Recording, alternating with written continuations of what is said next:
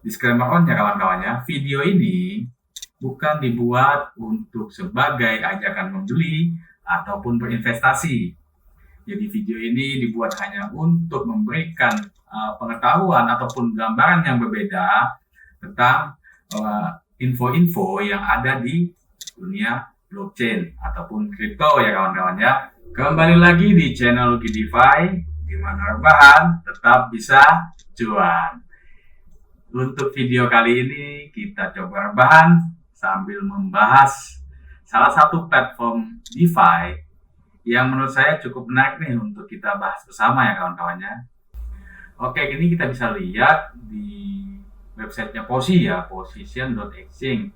Di sini kita bisa lihat ada overview, kemudian trading, exchange, farming, pools, NFT marketplace, referral, governance, doc, dan white paper.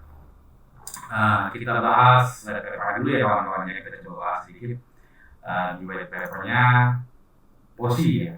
Nah, di sini yang menariknya di Posi ini adalah adanya fitur VIMM atau Virtual Automated Market Maker. Jadi dengan adanya fitur VIMM ini memungkinkan Posi untuk bisa mengupdate ataupun memakai fitur derivatives di platform DEX.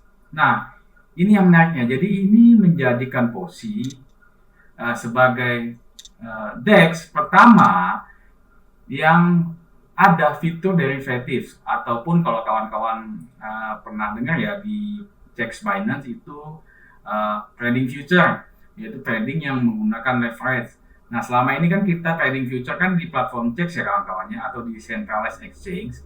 Nah, Posi ini sepengetahuan saya ya, mohon maaf kalau misalnya ada salah, kawan-kawan bisa koreksi saya di kolom komentar ya. Jadi sepengetahuan saya, Posi ini adalah DEX pertama yang mengaplikasikan fitur trading future di platform DEX. Seperti itu. Nah, kemudian di white papernya ini kita bisa cek juga, ini ada keunikan yang kedua di halaman 18 ya, yaitu adanya staking untuk NFT-nya. Nah, jadi di Posi ini kita bisa mengcastingkan Posi token kita menjadi NFT ya. Nah, di sini kita bisa lihat bagannya, yaitu yang pertama yaitu kita mempunyai Posi ya di wallet kita. Kita swipe beli token Posi dan menyimpannya di wallet kita. Kemudian kita bisa mengcastingkan Posi token itu menjadi NFT. Nah, di sini kita bisa lihat ketika kita mengcastingkan Posi token kita menjadi NFT itu ada yang namanya mining power sesuai dengan grade ataupun tingkat dari NFT yang kita castingkan. Jadi ini kalau sebagai contoh gambarannya itu seperti leverage ya, atau adanya kenaikan. Jadi misal nih kita casting 10 Posi, kita mendapatkan NFT grade boss ya, grade tinggi itu kita mendapatkan kenaikan 80% sampai 100% untuk jumlah token Posi yang ada di dalam NFT itu. Jadi misal kita casting 10 Posi, ketika kita mendapatkan NFT grade boss ya, itu token Posi kita mengalami kenaikan value sebesar 80 sampai 100%, berarti menjadi 18 ataupun 20 Posi ya, dan itu random sih ya, kawan-kawan ya.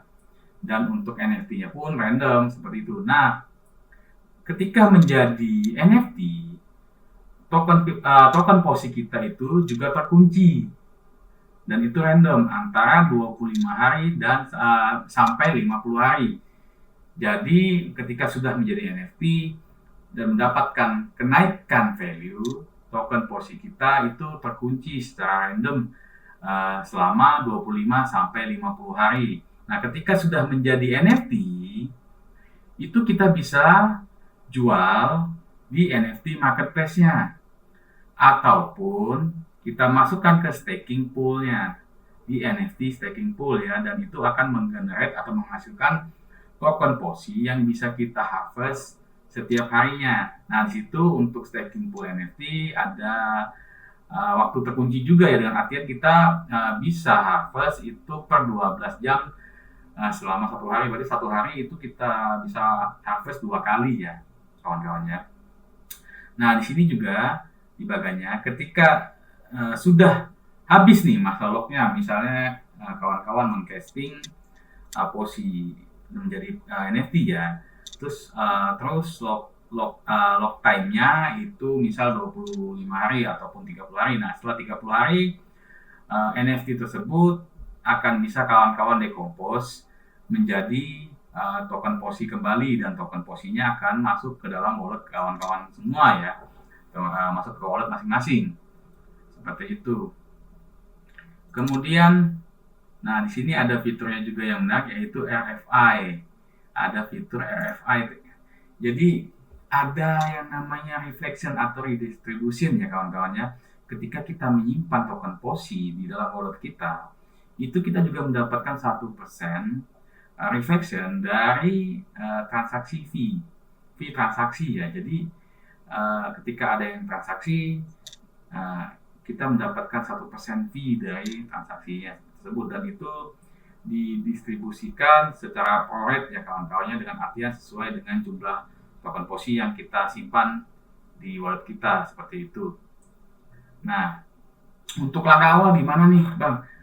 Kalau kita mau investasi nih, staking ataupun farming di posi gitu ya, tentu saja kita deposit. Nah, terserah kawan-kawan ya mau deposit menggunakan platform apa. Di Indonesia sendiri kan ada 2 exchange besar ya, ada Indodax dan Toko Kripto. Kalau saya pribadi itu menggunakan Toko Kripto kawan-kawannya. Selama ini saya menggunakan Toko Kripto untuk dana masuk dan keluar. Jadi kawan-kawan bisa deposit, terserah nih mau Indodax atau Toko Kripto. Kemudian kawan-kawan membuat wallet, bisa MetaMask, Trust Wallet ataupun Sepol. Nah, kalau saya pribadi di sini saya menggunakan MetaMask kawan-kawannya. Jadi kawan-kawan tinggal deposit di Toko Kripto, kemudian mengirimkan tokennya ke wallet kawan-kawan semua. Nah, kalau saran saya untuk yang memang baru mulai di platform DeFi, yang dikirim adalah token BNB dengan jaringan BEP20. Karena apa? Itu bisa kita gunakan selain untuk nge-swap beli. Yang kedua, itu bisa kita gunakan sebagai gas fee transaksi, karena gas fee transaksi di jaringan BSC atau Binance Smart Chain itu menggunakan token BNB BEP20 ya kawan-kawan ya. Zombie Apocalypse.